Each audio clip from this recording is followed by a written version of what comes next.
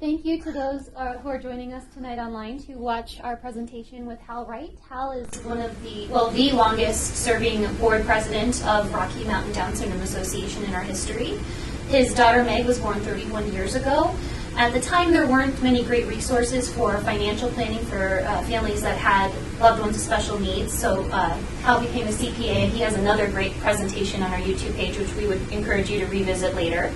But Hal tonight will be speaking about strategies for independent living. His daughter Meg is living independently, and we're all very excited to hear about how they have prepared her for that journey. Without further ado, thank you so much for being with us, Hal. Thanks, Lee. I want to do three things tonight. One is, most of my slides are really generic about how you design a system of supported independence for someone like my daughter. But I also wanted to talk very specifically about a residential model that is proven to have worked. I know 10 adults with Down syndrome who now live on their own with appropriate supports, and I want to talk about what that looks like.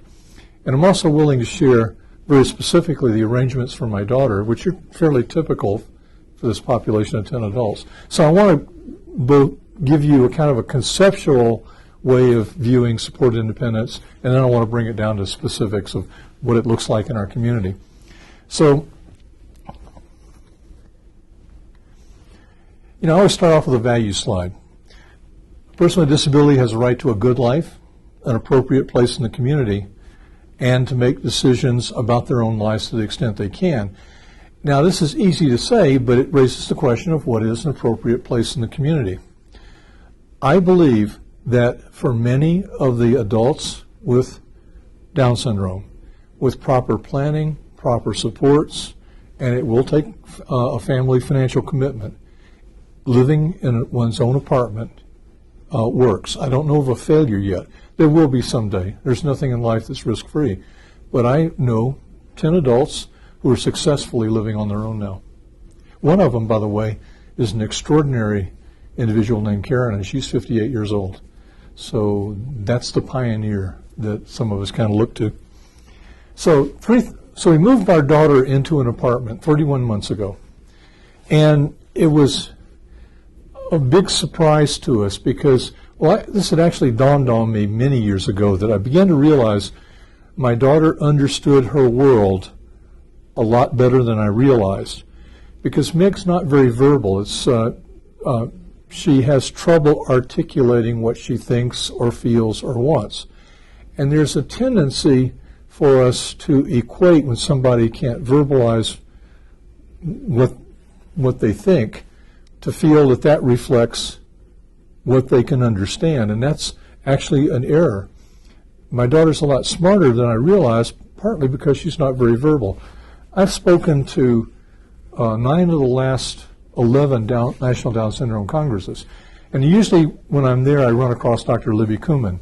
She's a speech and language professor at the University of Baltimore, University of Loyola in Baltimore. And I was talking to Libby, and this must have been about 6 years ago. And I said, I'm realizing my daughter is smarter than I think she is. And Libby said, it's academically proven that if someone is not verbal, we tend to underestimate their cognitive ability to understand their world. And so what I began to understand is that I've underestimated my daughter Meg's ability to understand her world, to learn and to grow, and to make decisions.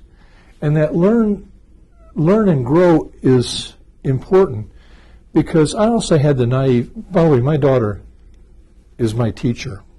A lot of this stuff sounds commonsensical, and you wonder, why didn't you figure that out? Well, it's my daughter that taught me.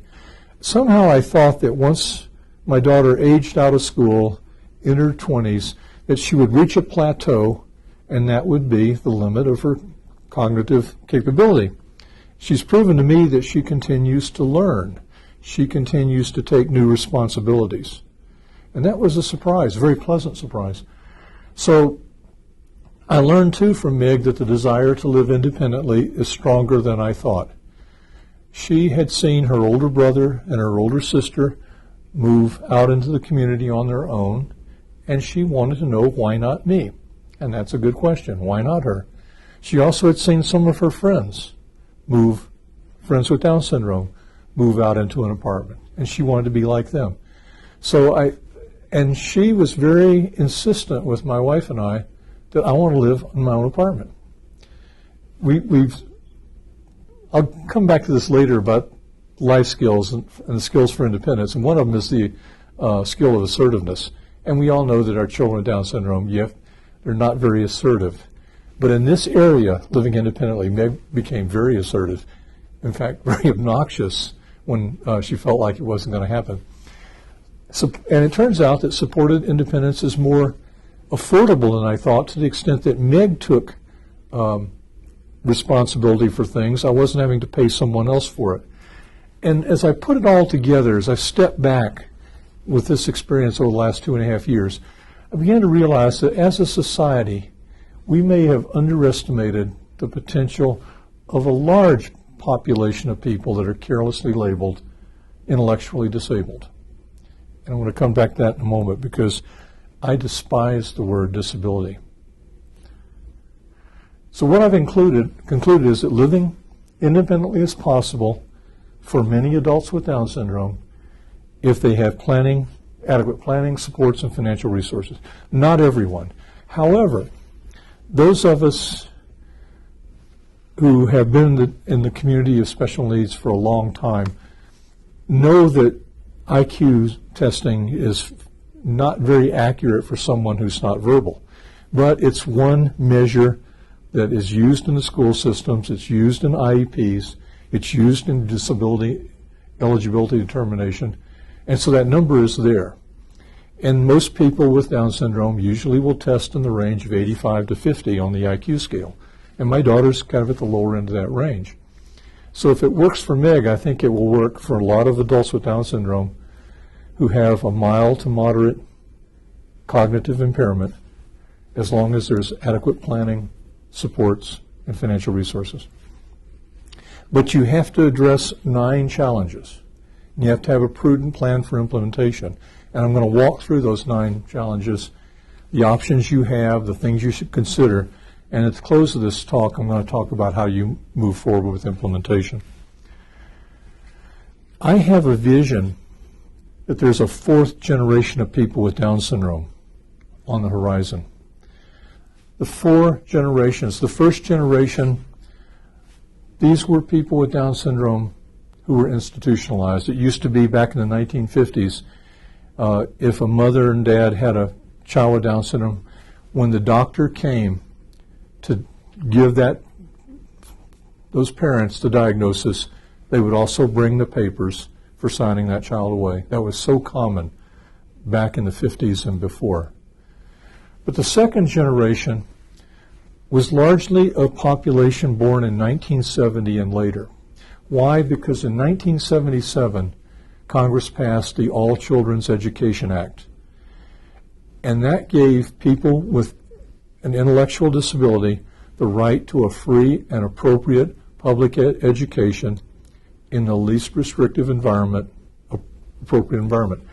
Consequently, it's the people born in 1970 and later that had a chance to go to school with their non-disabled friends, and that they also were active in the community. And that began to set an expectation that they would remain active in the community when they were adults. And that's the second generation. The third generation are adults with Down syndrome, by and large now in their 20s through 30s, that are now moving out on their own, living in their own apartments. But I have a vision of a 4th generation, and that's a generation that will be raised and mentored and coached and educated to be independent. So when they move into an adulthood, independence is a realistic hope for these families, and also with better educational programs, and especially college programs for our children, they may escape from poverty because they won't be mired in these minimum wage jobs. So what will it take? The first thing, and this is actually something when I was on the board of Mile High Down Syndrome Association, and now later Rocky Mountain Down Syndrome, I kept questioning.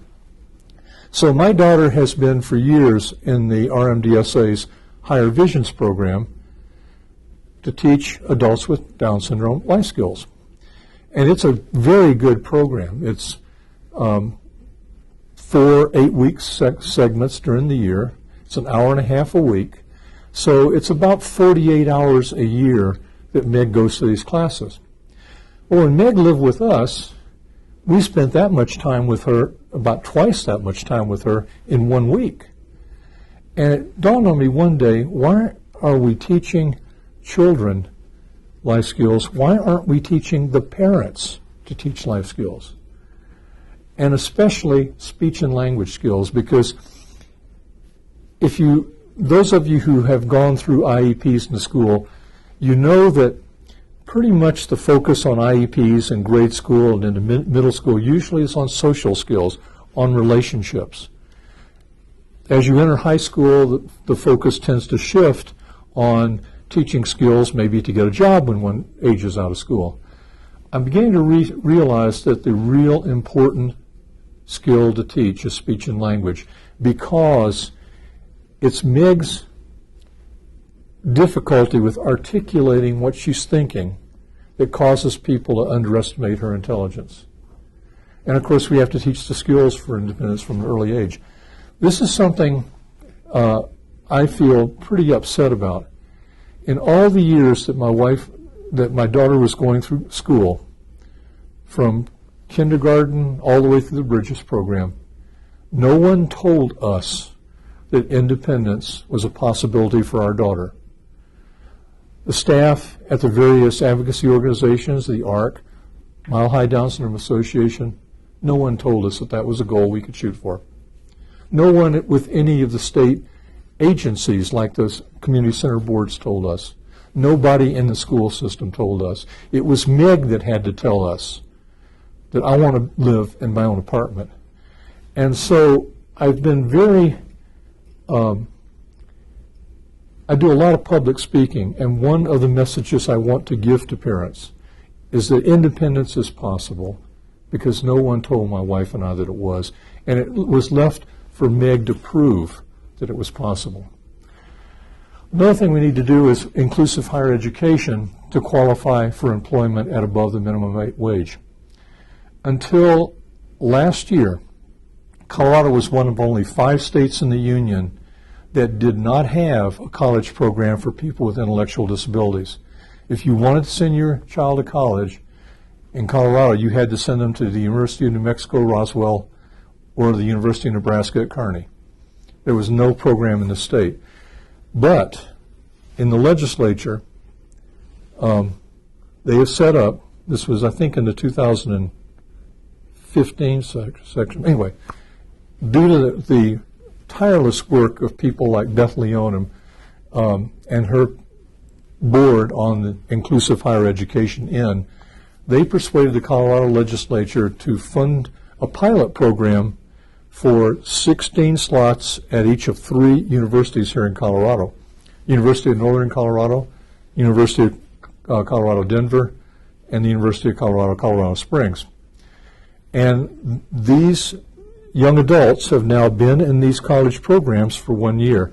And JFK Partners it was set up as a pilot program, and JFK Partners is now evaluating the results of that program, and hopefully, if the results bear out the expectations, we will see more money made available through these universities to enroll more people with Down syndrome and their peers in the autism spectrum and other forms of intellectual disability.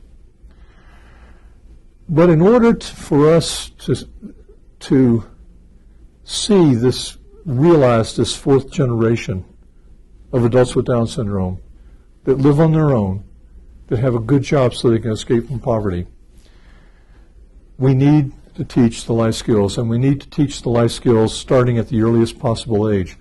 To me, the 4th generation of people are right now birthed to age 8 or 9 or so. My wife and I didn't get started until Meg was in her early 20s because no one told us. And all I can think about as a parent is all those lost years when we could have been preparing her for independence. So as I get focused on what we have to do to change employer attitudes and change societal attitudes, I'm conscious that this campaign I'm on has a certain poignancy for me, because it will never help my daughter, but it will help, hopefully, the younger generation that's coming next. And who changes employer attitudes? Who changes societal attitudes? Do the advocacy people in the nonprofit organizations change those attitudes? Do government employees in places like the Department of Education or the Department of Health and Human Services, do they change those attitudes? Do teachers in the school system change those attitudes? No. The people that are going to do those changes in attitudes are going to be the people with Down syndrome themselves. They're going to prove that they can live on their own. They're going to prove that they can be employed productively. It's not going to be the professionals with PhD behind their name or MD behind their name or LCSW behind their name. They're not going to be the ones that change employer attitudes. It's going to be our children that change those attitudes. And one thing we need to start working on is losing the stigma of a disability. I'm old enough to remember back 30 years ago when the term that was used was handicapped. And disability rights advocates were on a campaign that we got to stop using the word handicapped. We got to use the word disability. And that baffled me for a couple reasons. First of all, the word disability to me has it kind of evokes the image of a Chevrolet Cavalier broken down on the side of the road waiting for a pickup truck. Because the prefix DIS means a lack of something, a negation of something, an absence of something. So disability actually says a lack of ability, an absence of ability. And my daughter has abilities. She's not disabled. But in the old terminology of handicapped, I was comfortable with that because if you're a golfer, what handicap means is you get some extra strokes to play the round. My daughter has many abilities, but she does need some help to play the round. Again, in talking to Dr. Libby Kuhlman at National Down Syndrome Congress events, we got to talking about capabilities. And Dr. Kuhlman talks about Howard Gardner's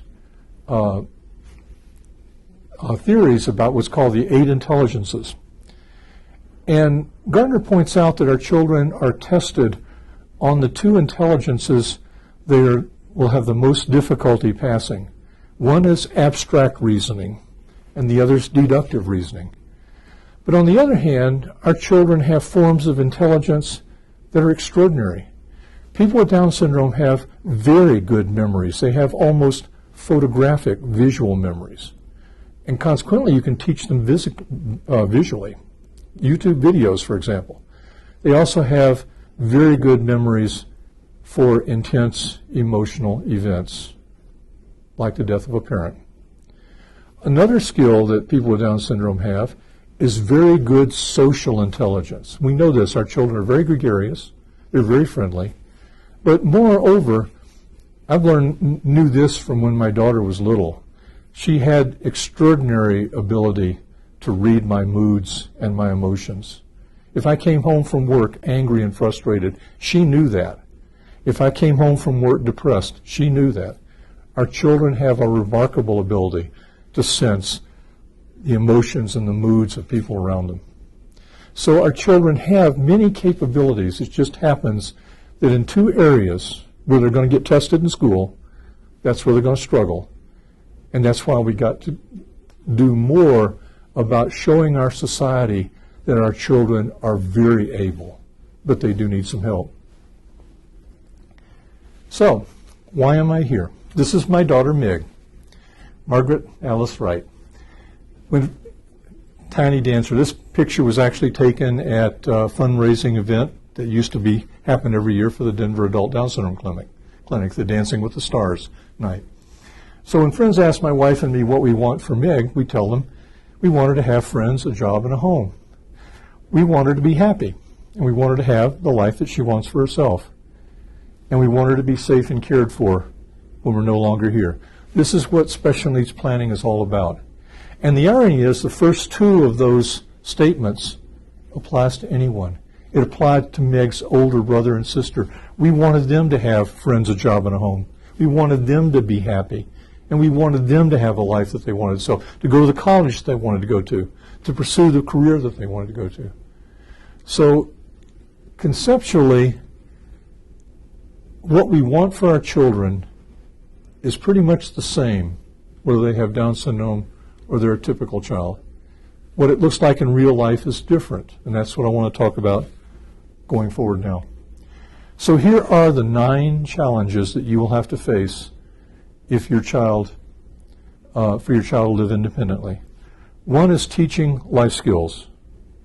2 is safety management. 3 is healthy sexuality. 4 is human supports. 5, the residential environment. 6, assistive technologies. 7, transportation. 8, money management. And 9, protection from sexual abuse. The most important is life skills. The 2 most critical are safety management and protection from sexual abuse, because a failure in these 2 areas can be tragic. And as you go through this list and you start designing the network for supports, human supports becomes the matter of last resort. And we'll go into each of these individual ones now on the slides that follow. Let's talk about life skills. So most of us have had the experience. We go through IEPs in our school system. And usually one of the people in the IEP meeting is going to be an occupational therapist. And I learned early on that too often that when we talk about life skills for people with Down syndrome or autism or cerebral palsy or whatever, people tend to think of the task skills. They tend to think of cooking a meal or doing laundry or cleaning an apartment or personal hygiene or washing your clothes. But actually the more important set of skills are what I call the independent skills. Communication, which is taught by speech and language pathologists. Social relationships, personal care, including hygiene. I said hygiene here, but hygiene is really under personal care. Self-esteem, assertiveness, self-awareness, safety awareness, self-advocacy, healthy sexuality, and the self-discipline of living alone, including staying physically fit and healthy eating habits. This is probably the one bugaboo that we typically encounter with people with Down syndrome moving out in apartments on their own. They gain weight because of healthy eating habits. But you know, if that is the only problem that we have with Meg in her apartment, I can live with it and so can she, as long as it doesn't get into the realm of true obesity. So in terms of teaching these life skills, one of the problems that I found is there's really not a good body of knowledge for parents. If you go on Amazon.com and you Google, or you put into the search engine, life skills disability or life skills special needs, what will come up is a lot of books for the younger children, the preschoolers, the elementary schoolers, but as you move up in age, the books start to thin out. You find very little about adulthood. I'm going to recommend a book to you that you really need to get and read if you think your child is going to be independent. Another problem with these books is they tend to be kind of narrowly focused. So you may get a book on building social relationships. You may get a book on elementary money management, or you may get a book on reading.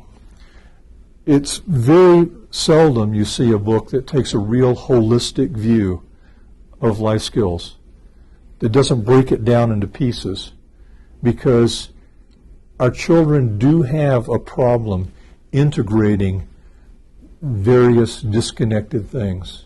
The best way to teach them is seamlessly. So I'm going to show you 2 books.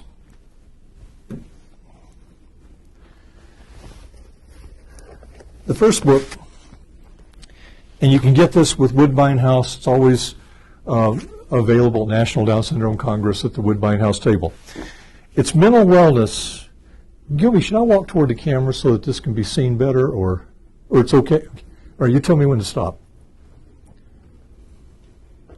Okay. Mental Wellness in Adults with Down Syndrome, a guide to emotional and behavioral strengths and challenges. This is written by two doctors, Dr. Brian Chickawine, who's an MD, and Dr. Dennis McGuire, who is a doctor of psychology. Dennis McGuire is actually on the staff of the Linda Cernick Institute here in Denver. Brian Chickawine is, I think, Chicago, somewhere in the Midwest. And by the way, years ago, Dr. McGuire at one, I think it might have been 2003, 2004 at the National Down Syndrome Congress, gave a talk that was, "If people with Down syndrome rule the world." It was partly really amusing, but partly very insightful, because it was a great way to illustrate the strengths and the capabilities of our children. But anyway, this is a wonderful book, and my daughter has a roommate, and we'll talk about that later, but I gave the roommate a copy of this book because I wanted her to understand that my daughter's mental processes are somewhat different, and you have to be able to communicate in a way that she can receive it. Take an example. My daughter can't do multiple choice questions, but we can do it this way. Meg, would you rather option A or option B? And she'll say B. And then we'll say, well, would you rather option B or option C? And she'll say B. Or would you rather option B or option D? And she'll say, I keep telling you it's B. So you just need to break the question down into a way that she can process it.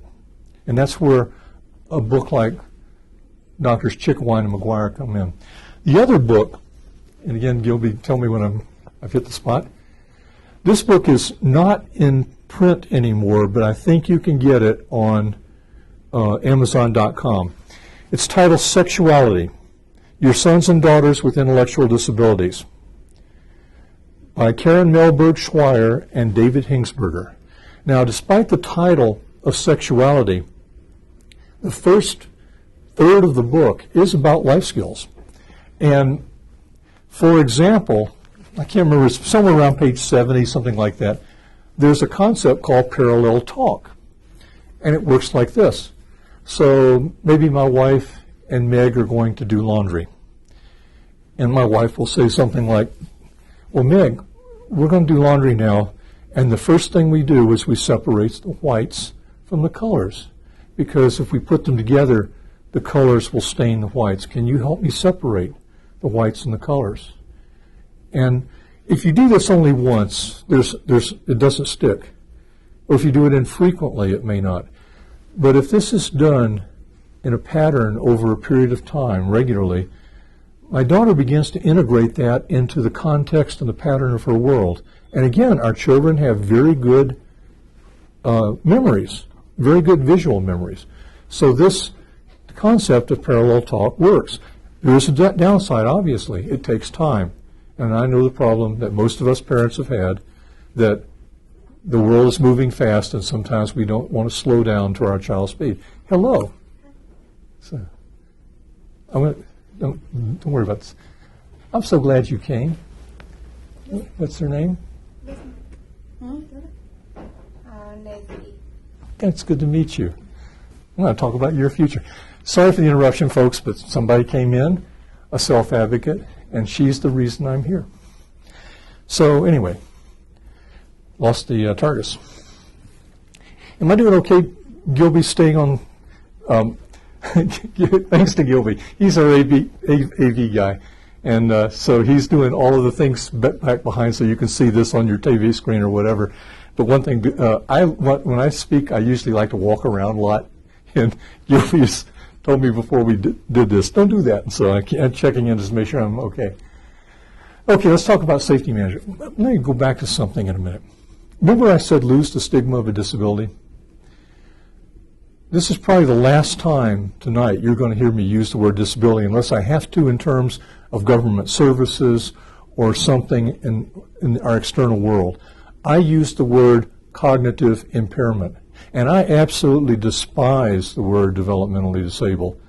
It's not only a stigma, but it's totally inaccurate. I use the word impairment because an impairment means a lessening of some talent. I wear hearing aids. I'm hearing impaired, but I'm not hearing disabled.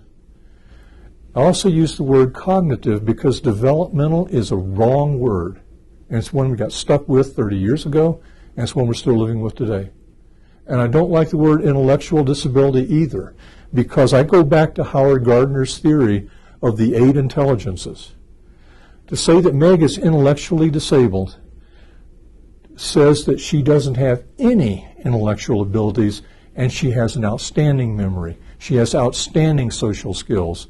She has very good skills for learning visually. So I use the word cognitive impairment, and from this slide on today, that's what I'm going to be talking about. Safety management. This is tough because you've got to anticipate what can go wrong. And one of the problems you encounter in this area is what I call the type 1 safety problems. These are the emergencies with unpredictable circumstances, such as a building or a residential fire. My daughter lives in an apartment complex with 4 buildings, about 200 units. She lives on the 3rd floor. So one of the problems we have is what happens if a fire breaks out in the building. Now, her residential service provider does fire drills for Meg and her peers in this complex. My fear has always been that in the real scare of an emergency with the alarm going off and smoke filling the hallways, that what she's taught in normal environment she won't remember in the emergency. Type 1 emergencies are a problem. But there's other emergencies which are predictable, where the response is fairly easy to determine, like locking yourself out of an apartment. By the way, Meg's been in an apartment for 31 months. She's locked herself out of her apartment twice. That's not bad, because I can remember that I've locked myself out of my house. So what's the answer here? What we teach Meg, call. Here's who you call for help. And that's how generally the best way for dealing with emergencies, for Meg to call to help. And I'll come back to this in a minute. So teach your child what to do or how to call for help. Consider assistive technologies for training or support for safety management. However, bottom line, depending upon your child's capabilities, a roommate or a live-in caregiver may be the only reliable solution for type 1 situations. You've got to think yourself, if your child's in an apartment or whatever, what can go wrong and how do we mitigate the problem? Now, if your child goes into a community living environment, which we'll talk about later, that's not going to be a problem because you're always going to have 24/7 staff there. But bear in mind, my daughter is living in an apartment without a live-in caregiver. Healthy sexuality. This is a tough discussion for large groups when I do presentations because it's so intertwined with personal values.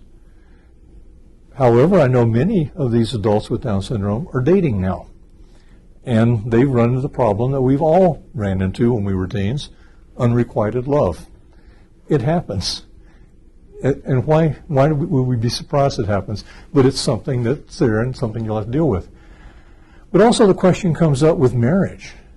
I fervently believe that our children have a right to be married. And I'll recommend, if anyone hasn't seen it, find a DVD of the movie Monica and David. It's 2 adults with Down syndrome and their start of their journey toward marriage and eventually the ceremony and the aftermath. I wanted to cry in this movie. I wanted to cry for most of it just for sheer joy. But there's a very poignant scene in that movie where you want to cry for these 2 adults when they're told they can't have children. Now, I talk about children when I speak to large heterogeneous audiences because although it may not be an issue for adults with Down syndrome, it certainly is with on the autism spectrum, and there we've got to address it. I recommend a couple of books for you. One I've already mentioned is the book by Swire and Hingsberger, Sexuality, Your Sons and Daughters with Intellectual Disabilities. The other book is by Terry Kuenhoven, who is actually, has she already spoken? November 4th. November 4th. So she's here in Denver to speak, and she speaks about dating, sexual relationships, etc., teaching children with Down syndrome about their bodies, boundaries, and sexuality. So if you're thinking of independence for your child, and if you haven't addressed this issue, Terry Kuenhoven, I think she probably comes to town about once a year, and she's well worth going and hearing. Human supports, you have three options. And I call them live-in, look-in, and neighbor. And maybe this might be a good point where I can describe the situation we set up with our daughter. But live-in means someone actually living in the apartment 24/7. It could be a professional caregiver, or it could just be a companion or a roommate. Look-in, which is someone just checking in periodically to make sure the person's okay, works quite well with clustered apartments. And also for some of our children, maybe a neighbor is sufficient. Someone to call for help, or a safe home to go to. So here's what the situation with my daughter looks like. She lives in an apartment complex, as I said, 4 buildings, about 200 units.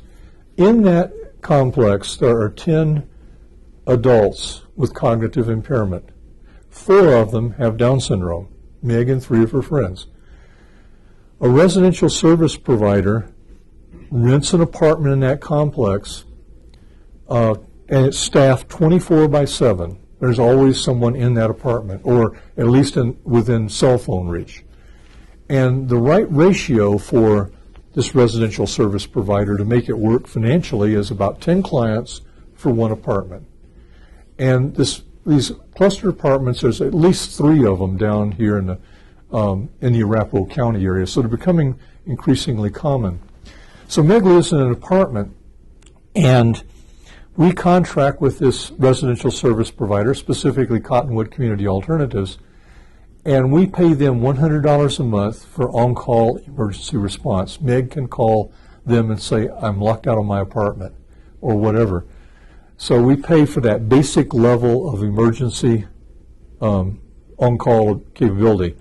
You can also contract for specific hours for Cottonwood to do certain things, and the billing rate's about $30 an hour. So when Meg first moved into her apartment, we contracted with them for one of their staff to come over every Thursday night and cook dinner with her to teach her how to cook. And Meg, by the way, pretty much is independent inside her own apartment. So she can do all of her own meals, because she can do cereal for breakfast, she can do sandwiches for lunch.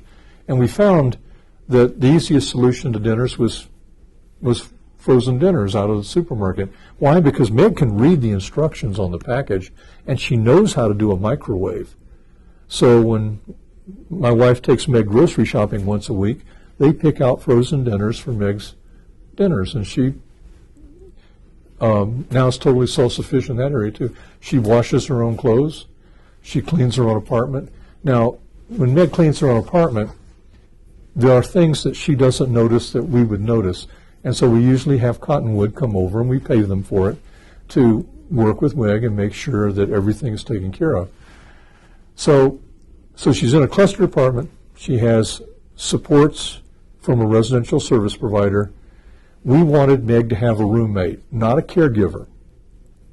And the reason we wanted Meg to have a roommate was, what was the big fear in this complex? Sexual molestation.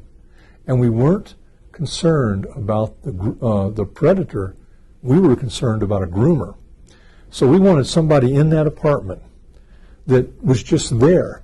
And so Meg's roommate's named Charlie. Charlie's a woman. And Charlie's only responsibility is call us and tell us if there's something we need to know, like Meg's sick. Otherwise, Charlie has her own life. She has her own job.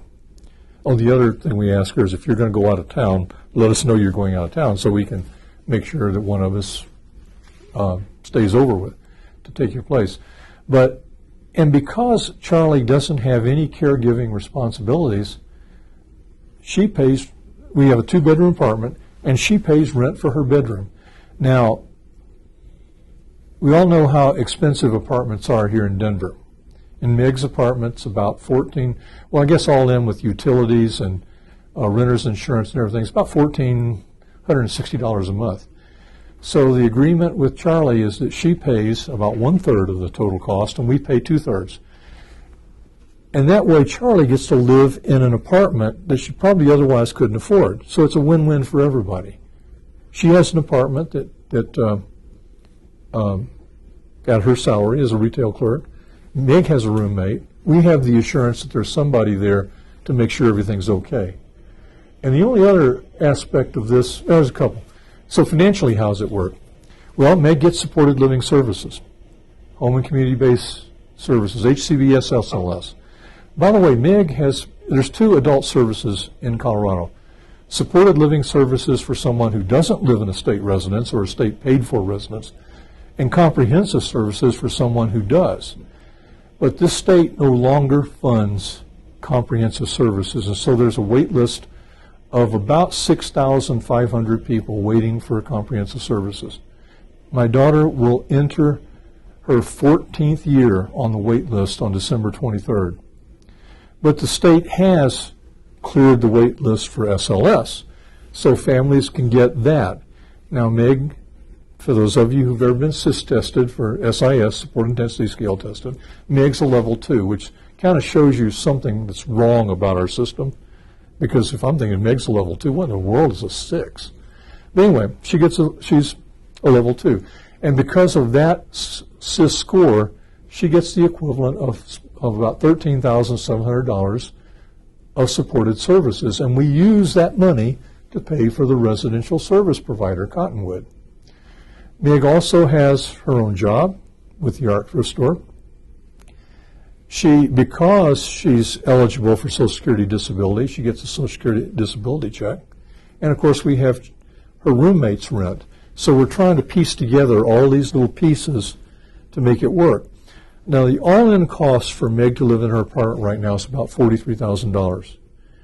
So when we piece together the fact that we get supported living services from the state, almost $14,000, $5,000 in roommate rent, $4,000 from Meg's job, and about $4,000 for her SSDI check.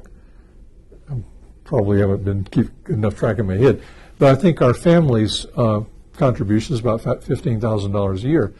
Now, I'm 69 years old, and it dawned on me, because, by the way, I'm a retired certified financial planner, so I know how this system works. It dawned on me that the best thing I could do was to go ahead and retire and start drawing Social Security benefits. Why? Because that's created a Social Security benefit for Meg on my work record. Consequently, the actual cost that we spend as a family for Meg to live in her own apartment is about $7,000 a year. Obviously, for some families, that's beyond their circumstances. But and obviously, we're helped by the fact that at my age, I can draw Social Security. You have to think your way through not only the support network for your child, but also the economics. And one thing that I still do, I closed my practice in 2012 because I was offered a contract by Jessica Kingsley to write a book on special needs planning, which I did. But I found writing a book is a full-time project. So I closed my practice to write the book, and when the book came out in 2013, I faced the choice, do I want to go back into practice, and decided not to, given my age. But here's the thing, and what led me into doing financial planning for people with disabilities. When my daughter was about 15 years old, this would have been in about 2001, my wife and I started to think about, well, what happens when she ages out of school? What do we do? And so we fairly quickly connected with an elder law attorney, a trust and estates attorney, do our estate planning. Could not find a financial planner that could help us. Why? Because what's a family want to know? How much money do I need to set aside for my child's life? And we couldn't find a single CFP that had a clue where to start answering that question. In 2004, I was in my office. I used to work for Martin Marietta Corporation. And there was an article in Wall Street Journal that said that there are very few financial planners that work with families that have someone with a disability. I'll use disability because that's what the article said. And I thought, oh my gosh, this is so obvious. So I walked in and quit started a financial planning practice built around serving families with a child with special needs. And so what I'm doing now in my semi-retirement is I do a lot of speaking to financial planners about how you do this, because I want financial planners to support, to work in this community.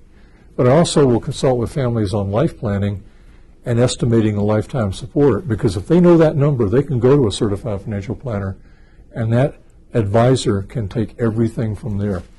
So anyway, back to this.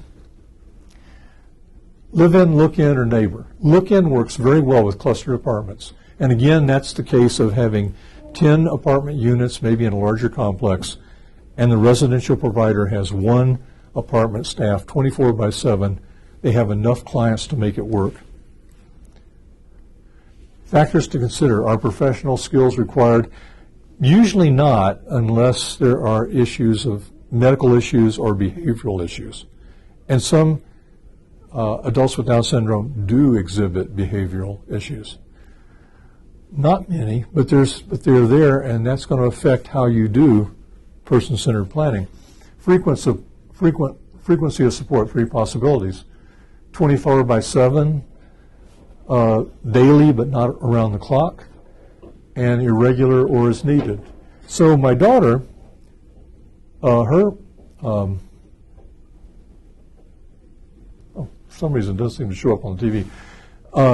Basically, her residential provider checks in with her in the morning, checks in when she's due home from like her job, or maybe later at night if they know that she's going to be out socially.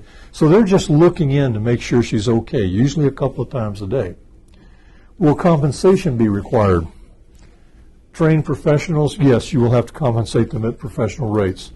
If it's a nurse for skilled nursing, I mean, you're talking probably something like $175, $200 an hour, so it may not work.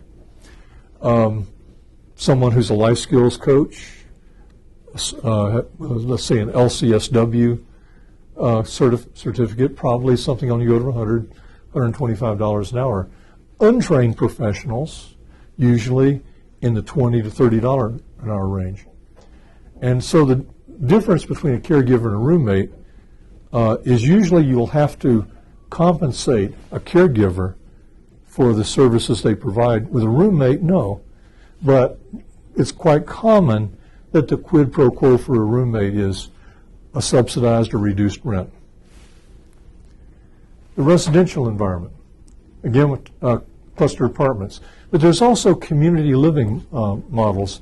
There's only one here in Colorado that I know of now, and that's Glory Community up in Broomfield. Used to be one up in Fort Collins. For some reason, these community living models are very common east of the Mississippi. They're also common in Texas. And usually what it is a building with maybe 8 bedrooms and a common living room, dining room, kitchen area. And so one bedroom is staffed by 24/7 staff, and the others are client bedrooms. And usually with these units, there may be, within this community, maybe they have an agreement with local businesses to employ their clients. They usually have fairly robust social programs. So that's an option, although here in Colorado, we desperately need more options like this for those whose, one thing about the difference between cluster apartment and community living, if the child is fairly needful, community living model probably works better than clustered apartments because there's going to be less support in a clustered apartment environment. But there's also people who live, by the way, of the 10 individuals I know that live independently, half have roommates. So it's a choice made. We made it on the basis of protection for our daughters from sexual molestation. But for some, particularly for males, that's not done. I won't say which way you should do it. It's a choice you make when you evaluate the risk. But there are adults with Down syndrome who live with roommates, and there are some who do not.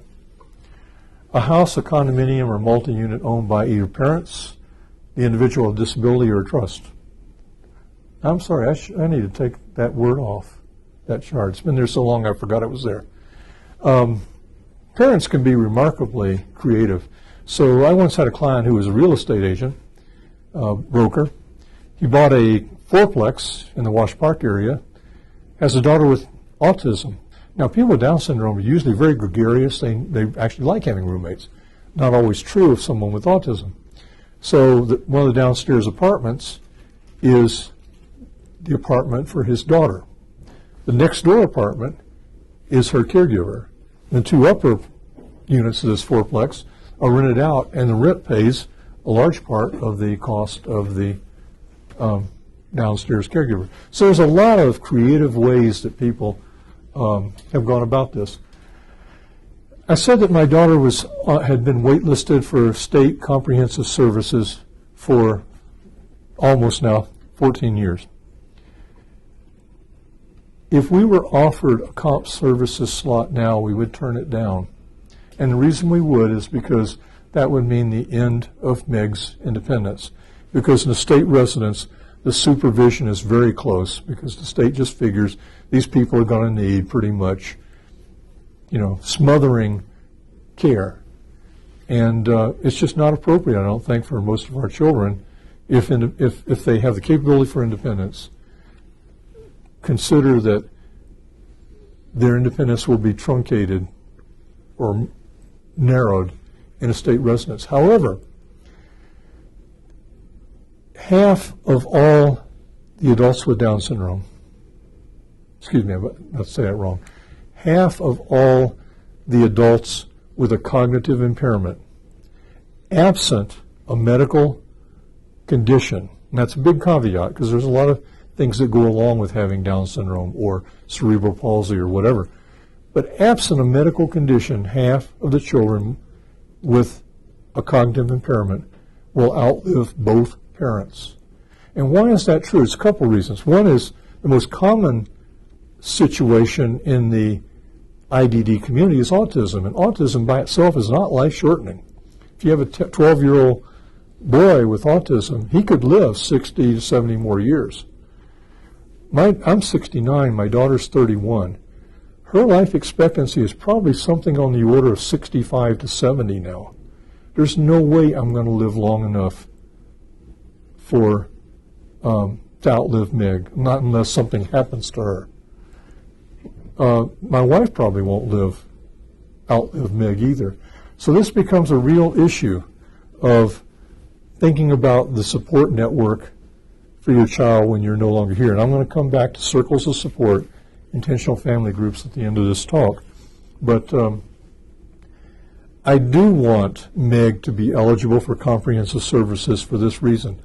If something happens to me or Eleanor, and especially as Meg ages, she may need to go into a state residence. And so what I want is her eligibility on an emergency placement only. Emergency placement. Assistive technologies. Won't go into this too much because I won't need to pick up the speed here. But it's amazing what's happened over the last 10 or 15 years. Smartphones, iTablets, and all kinds of apps. And these are opening doors to communication, community access that we didn't dream of 20 years ago. Internet access to communicate, to get news, and to stay socially connected with your friends. YouTube, how-to videos. I toured the smart homes up in Boulder's Imagine. There's two of them. And I was kind of amazed. I went into the kitchen, and what they had done was they had filmed people cooking various dinners, like spaghetti or hamburger or whatever. And they had filmed it. So one of the people in these residents could come in, and it was Windows-based, so it was touchscreen. They could touch the icon for dinner, and it would pop several meals. They would touch the one they wanted, and what would begin to play was the video of cooking that dinner that they could follow along with. So there's a lot of things in the assistive technology world now that are beginning to make independence safer, more possible. However, one thing we still need is an environmental management system, a true smart home. And I got this idea because of astronauts in orbit. You know, what they have in the old days of the space shuttle, or now with space station, is they have a system with automatic sensor capabilities for a problem, like a high rising CO2 level, an alert system for the human beings on board, often an automated response system to correct the problem. What I would love to see someday for people with Down syndrome or autism or whatever is a system that, for example, may sense that there's an apartment fire, and a voice comes on the intercom system and says, Meg, you need to get out of the apartment. Meg, you need to get out of the apartment.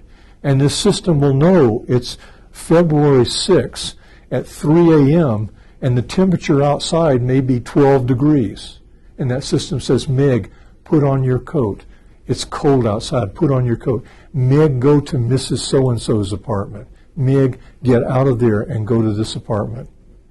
That's what I would love for us to have, is a system that would sense when something is wrong, would alert the individual in that apartment or living quarters, and would also be able to sense other things in the environment, like time of day, outside temperature. And by the way, our software technology in the world of artificial intelligence is capable of doing this. The decisional rules of what to do, if then else. These systems are possible, but for some reason they've never been brought down to the needs of our children. Transportation. This is ironically going to be probably one of the toughest problems you'll face, partly because Accessoride, the common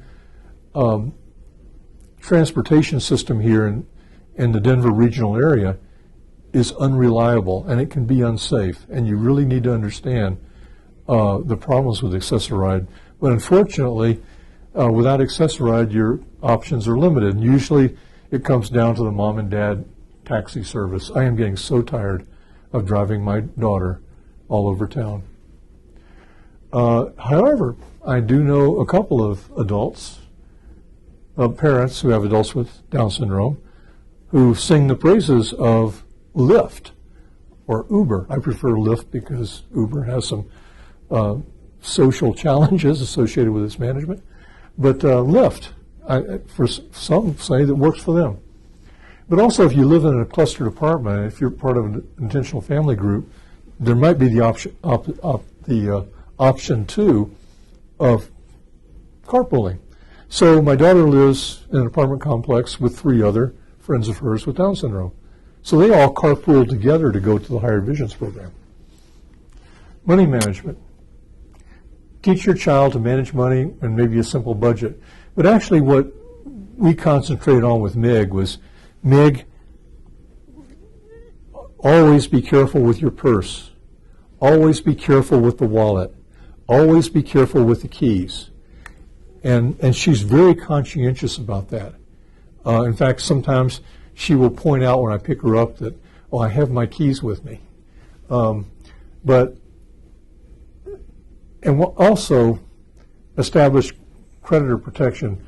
And I'm not going to go into guardianship, but one of the problems is what happens if your child has a credit card? What happens if it's stolen? So you need to think of some things to protect your child from being financially exploited. And also, they need to understand, this is not so much a problem with our kids, but it's a problem in the autism world, and that is the internet, because that's one place where people really get exploited. And for somebody who spends hours a day on the internet, think about internet blocking. I'm not going to go into all these things. I think these things are available to you for downloading. I think these charts are fairly self-explanatory. Just review them and think about them.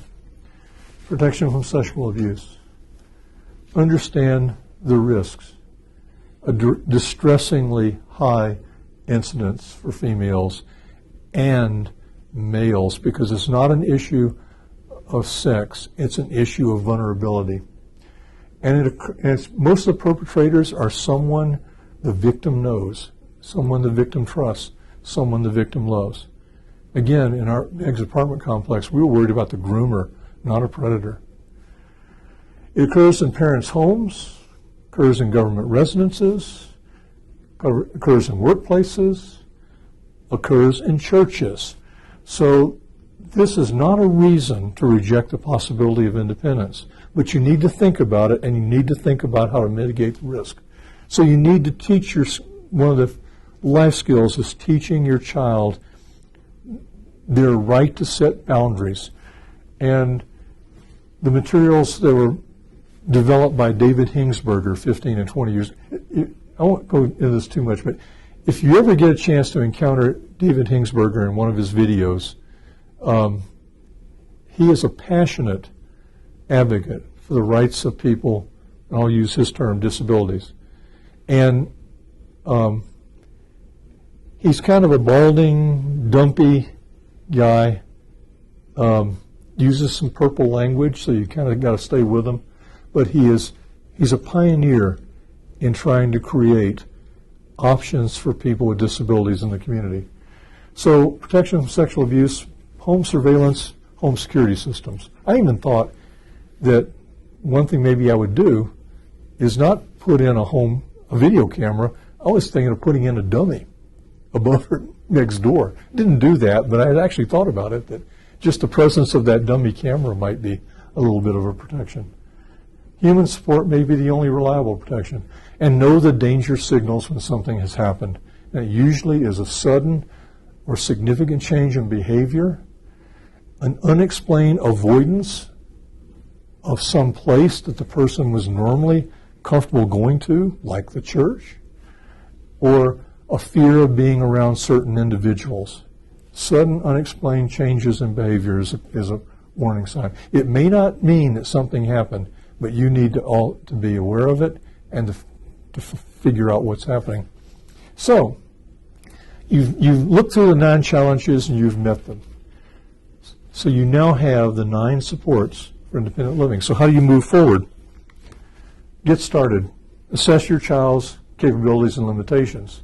So my wife and I laid out a week in the life of Mig, from getting up on Monday morning to going to bed on Sunday night. And we started to list all the things that would have to be done. Cooking dinner, fixing sandwich to take to work, cleaning your apartment, getting up to catch Accessoride to go to your job at the art thrift store. So we listed all these things out, and we started thinking about, okay, some things Meg can do. Some things we can teach Meg. Some cases, maybe an assistive technology can help. And there are some things that may have to be done by a companion or a caregiver. So we started to think about, if we wanted to move. By the way, we started thinking about moving Meg to an apartment close to 2 years in advance, because we were trying to think our way through all the risks, the things that could go wrong. But we also, because nobody had told us that she could live independently, we had to start from scratch to teach her the skills to do so, and that's not done in 6 weeks. So once Meg started to say, I want to live on my own, my wife and I were scrambling to try to put together everything that would make it happen. And it took time. It took at least 2 years. So, making the transition. One thing that we did, actually this didn't work as well as I'm making it sound, but an agreement with Meg that certain parts of our house are her apartment, and she's got to keep them clean, and she's got to show us that she can take the responsibility. Now, Meg wanted to be independent, and consequently, when we said, this is the deal, Meg, she was willing to buy into it. The problem we ran into was, as time stretched out between the time we started to indicate that we're going to do this, Meg, before it actually happened, she started to get pretty impatient, because she started to wonder, well, when is it ever going to happen? And she made it very obnoxious for us that I want to live in my apartment. What would she do? One thing she did drove my wife crazy. She would go all over the house dropping clothes. And what it made me think of was a dog marking their territory. And that was Meg. She was marking her territory. She wanted this to be her place. But we overcame that, obviously. But you encounter these things. Nothing is ever perfect. In fact, right now, after 31 months in the apartment, my wife and I are thinking about, well, it's time to take stock, because in some areas, Meg has far exceeded our expectations. In some areas, we realize we still got stuff to work on. So don't believe that once you move your child in an apartment, everything seems to work for 6 months, that it's always going to work. There's no certainty in life. Things change. And periodically, you really ought to take stock of how well it's going. This one's a sub-bullet, and I really need to, raise it. Break the parent-child dependency. Because what happens is we get used to parents of doing things for our child, especially because, we're in a hurry. So if we operate at MIG speed, we're always slowed down. When we're in a hurry, we always do it. MIG gets used to the parent doing these things. And one of our lessons, and this is really interesting, we talk to people that interact with MIG, like at the Higher Visions program, or at her workplace, or parents who encounter MIG, like in group social activities. Almost all of them tell us that MIG is more verbal than we think. It seems that when MIG is not around her parents, she blossoms to a higher level of capability than she does with us. I'm not sure I know how to explain this, but enough people have told us about our daughter's abilities that we don't see that I'm convinced it's there. And all I can think of is it has to have something to do with the parent-child dependency. Plus, there's one other thing I know, and Meg's made this very clear. What child wants to live with their parents all of their lives? So, and Meg doesn't like close supervision from her parents, but she will accept it from people she knows. So we all have experienced this in our child's lives, that people with Down syndrome tend to want to tell you, what they think you want to hear. This is a problem of assertiveness. So, and people with Down syndrome don't like to use the word no. So I'll ask Meg, I say, hey Meg, would you like to go out tonight and we'll go get, hamburgers at the Mark Burger? And she'll say, I'm all right, which is Meg speak for go away dad. Because she's going to be at home, she's going to cook her own dinner, she's going to put the movie she wants to on the TV, and she's going to have a fun time in her own apartment. That happens. If you're an affluent family and you are thinking about buying a condominium or some other real estate, try an apartment first. Maybe do a 2-year trial period in an apartment. And then if it works, now you have the confidence to buy a condominium if you want to. Have a transition plan. By the way, I'm actually a degreed engineer. My reason I was working for Martin Marietta for 27 years was I am an engineer. And I'm used to thinking systematically, I'm used to designing things, and I'm used to assessing risk. And consequently, I tend to overanalyze everything. So my wife drives my wife crazy sometimes. But have a checklist of things that you need to verify work. And maybe do some initial monitoring when you first move your child into an apartment, and then back off when you gain confidence that they can do it. So my wife, for the first 2 weeks that Meg lived in her apartment, she slept over with Meg every other night. So seven times in 14 days. And then we gradually backed away. And this is another important one. Consider doing this when your child is in their 20s. And I got 2 reasons, actually 3 reasons for saying this. First of all, when your child is in their 20s, they're going to be more adaptable than they will be when they're in their 40s. Secondly, I wanted to try everything out. So if it didn't work, I could make changes. Or actually, I thought about this before we moved Meg to an apartment. If it really didn't work, we could back out completely. I wanted to be there. But there's another thing. I've seen several adults with Down syndrome who've lost parents. And it's traumatic beyond description. I didn't want my child to have to move out of the home that she knew all of her life because one of her parents died. So as I thought my way through this, the best time to start planning for independence probably is when the child's in their 20s and while you're still healthy. In the old paradigm of IEPs in the school system, it used to be in the early years, the early grades, maybe through halfway through middle school or whatever, we focused on social skills. And when we got into late middle school, high school, Bridges program, focused on skills to get a job. I think we need to actually rethink that kind of flow of IEPs over the years. Yeah, we want to work on a job, but we need to start probably, if we're going to do training for independence, I think you ought to start thinking about that when the child's in high school, and you ought to start preparing them for it. So, but in any case, I think that you'll have a higher level of success doing this if you do it when your child's in their 20s. Because one thing you have to be aware of, and I don't have time here tonight to get into it, but there's a major concern for aging and Down syndrome, and that is early onset Alzheimer's. And you've got to think about that in the future planning for your child. And one reason, too, for addressing independence when the child's in their 20s is you don't know what it's going to be like when that child is 45. So, again, and once one of our children master a routine, they will usually conscientiously follow it. So nothing is permanent. The changes in your child's wishes, for example, marriage. I know one couple with Down syndrome now where it's gotten to the stage of where they're thinking about it. Changes in circumstances.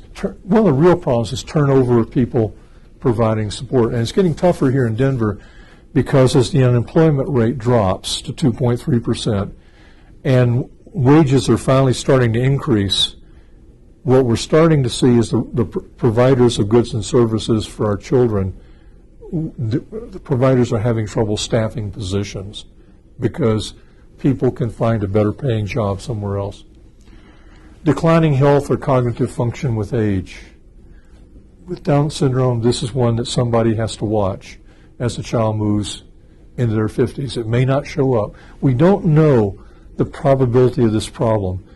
The Linda Cernick Institute is trying to research it now to get us a better idea of probabilities and when. But right now, all we know is there's this fear out there. You got to think about it because you can't ignore it. It may or may not happen. The oldest person living with Down syndrome known in the U.S. back, I think it was 3 years ago, 2014, the spring, died at age 84, and he did not have dementia when he died. So we really don't know the severity of this problem, and the Cernick Institute is trying to put statistical studies in place so we all have a better basis for planning. Circles of support. I'm a passionate believer, and those of you who heard me speak in April know I'm a passionate believer in writing letters of intent for your child.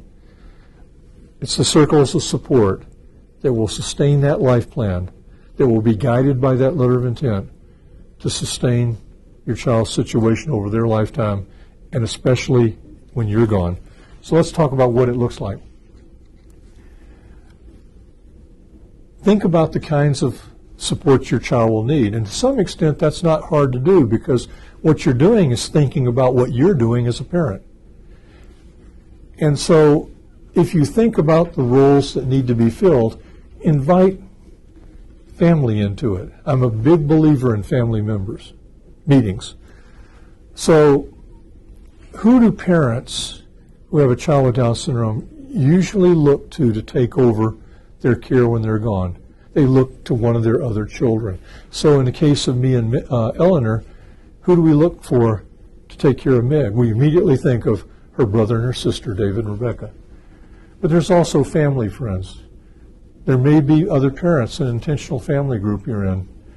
But when you start trying to fill the various roles in the circles, you may wind up coming up with a role that you can't find anyone to fulfill, and maybe then you're talking about a professional. So what are the roles? The most important is a guardian or advocate, probably, or successor guardian. Now, by the way, there's a lot of controversy about guardianship I don't have a way of getting into right now. Guardianship may well be overused for our children.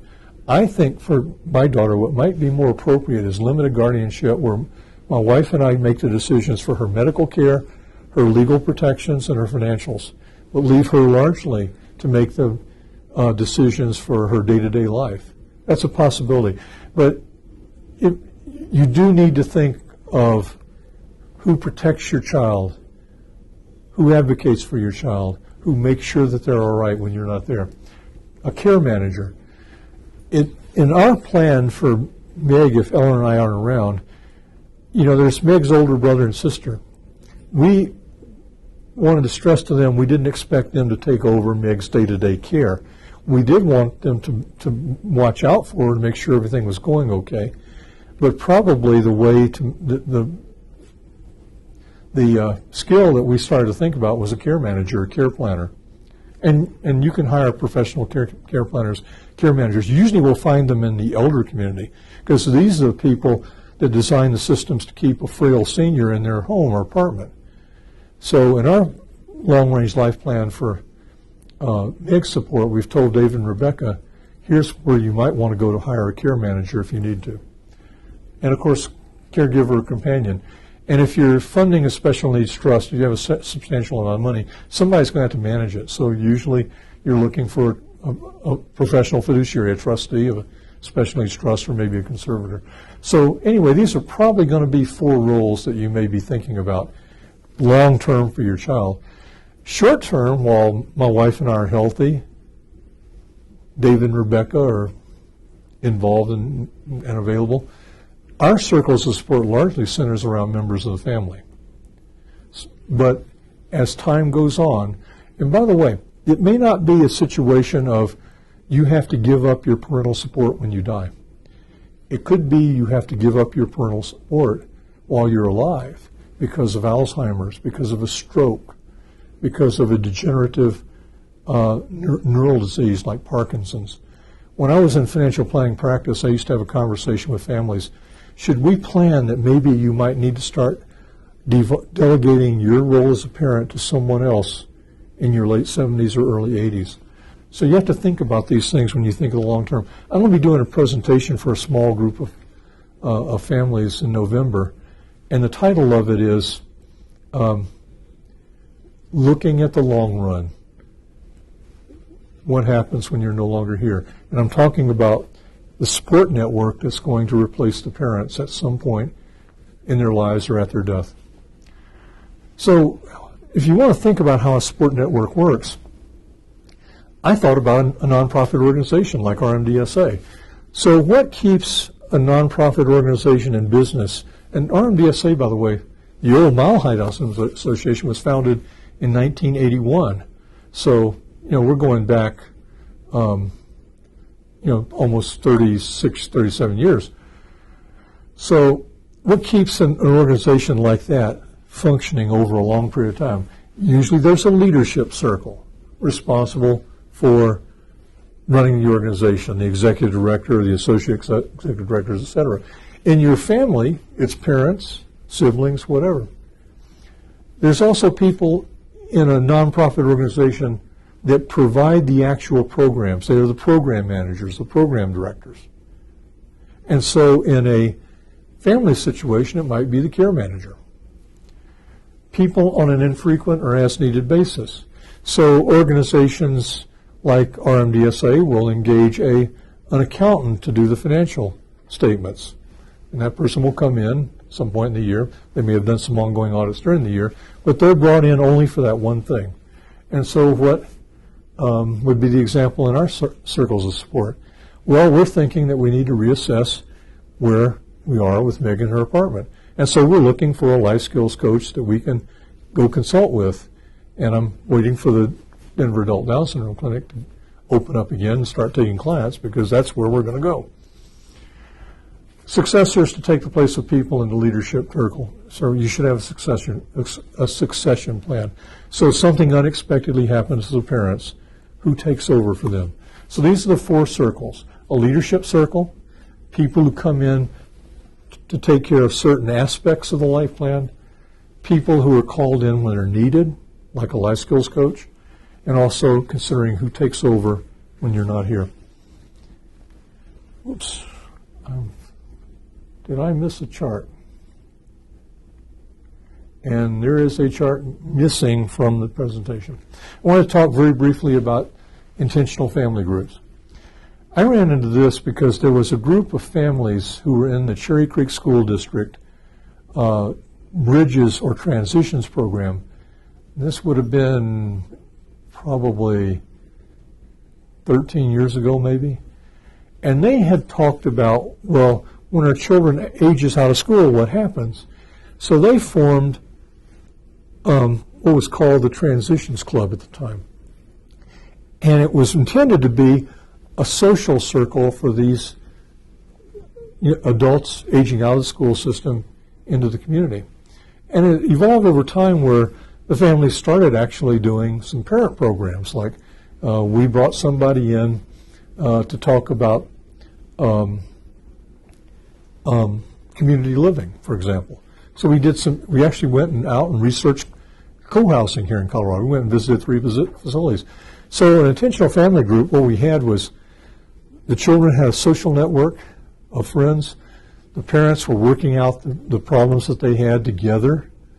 And it becomes a powerful way of, I think, doing life planning, because there's a couple of people in this group that we consider people we would like to be part of MIG's circles of support. But there's another issue here why I'm beginning to realize the importance of this.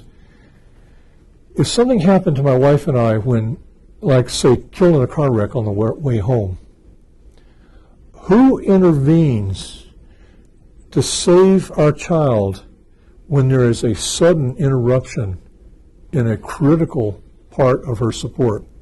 So one thing I thought of doing, and actually I had an instance in my own life in 2005, where I collapsed in my front yard with what I thought was a heart attack. My friend thought it was a heart attack and called 911. So the ambulance pulls up, and one of the paramedics is trying to put an oxygen mask on my face, and the other's fishing in my pocket for my wallet. Why? Well, first of all, they wanted to know who I was. Secondly, they wanted to find the insurance card. And it dawned on me, maybe I needed to have in my wallet, my wife in her purse, a card that says, I have a special needs child at home, or I have a special needs child living in an apartment. In case of emergency, call. And there were 3 numbers on that card. So I started to think about this problem of, and I called it catching a falling child.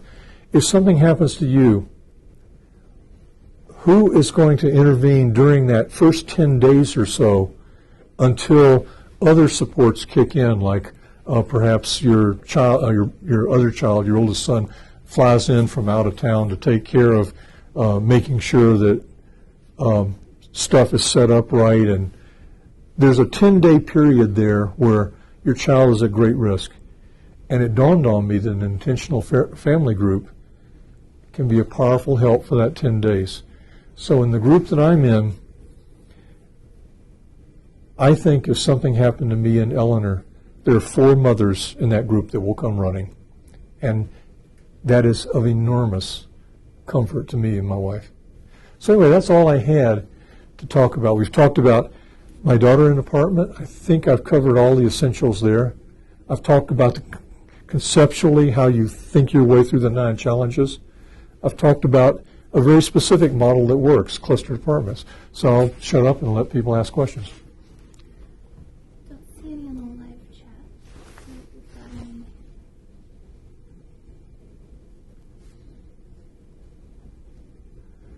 Oh, while she's looking at that, I'm going to plug my book. This is the book that came out 2013, The Complete Guide to Creating a Special Needs Life Plan. This is on Amazon.com.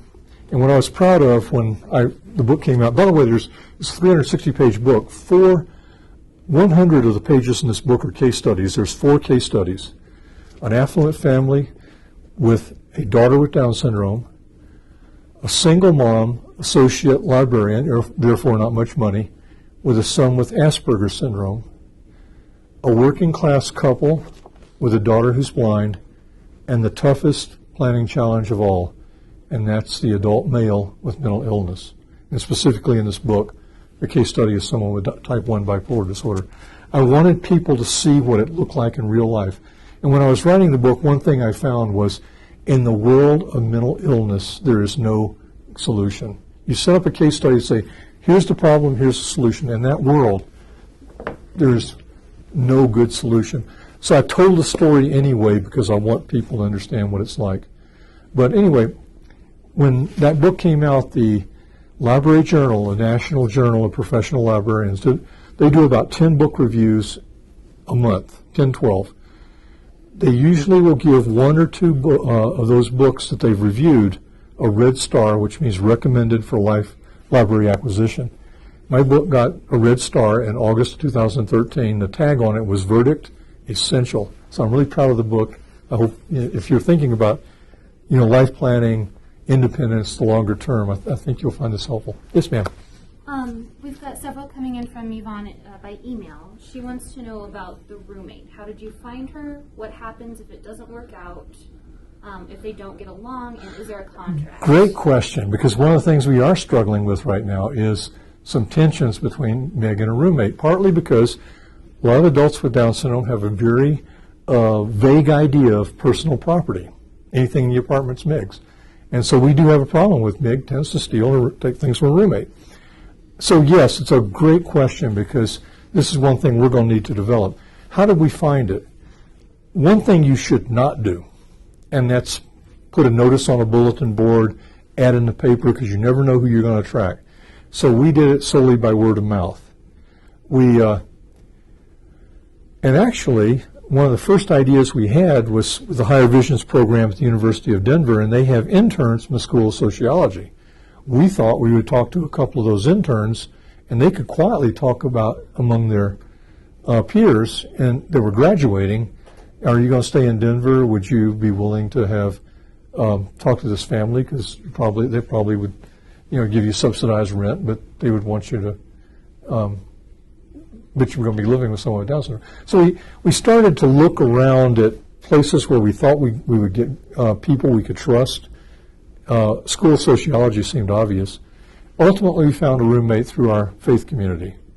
And so, you'll have to work. And I know one mother, in fact, it's mother of one of the young males that live in Meg's apartment who basically searched for over a year. So you do need a little bit of luck. One issue there, though, is when you have young people, young millennials as roommates, they change jobs, they move away, things happen, they get married. And one of the issues that I've seen among the 10 adults who live independently is roommate turnover. It happens, you got to deal with it. We've been fortunate that, Meg's roommate's been there for 2.5 years. I know one of the young adults with Down syndrome that in the first year they went through 3. Wow. So. And that was it, except she wanted us to post the titles of all those books, so we'll go onto the YouTube page later and add all the titles of the books. Okay. From the presentation. Actually, it's the Chickwine McGuire book that's not in this. The Hingsberger Schweier book is on the chart with Sexuality. Okay. But yeah, please do that. One of these days I'm going to get around to adding the McGuire book in here as maybe resources at the end. By the way, I've done this presentation. It's got to go back 5 years. So when I first started doing it at National Down Syndrome Congress, the title was Imagine the Possibilities, Independent Living for an Adult with Down Syndrome. And then after we moved Meg into her apartment, the title changed to Independence Works. And now the title is the one you see here today, A Home of Her Own. So, next question. I think that was it. Oh, okay, great. Yep. Thank you, Hal. All right, thank you.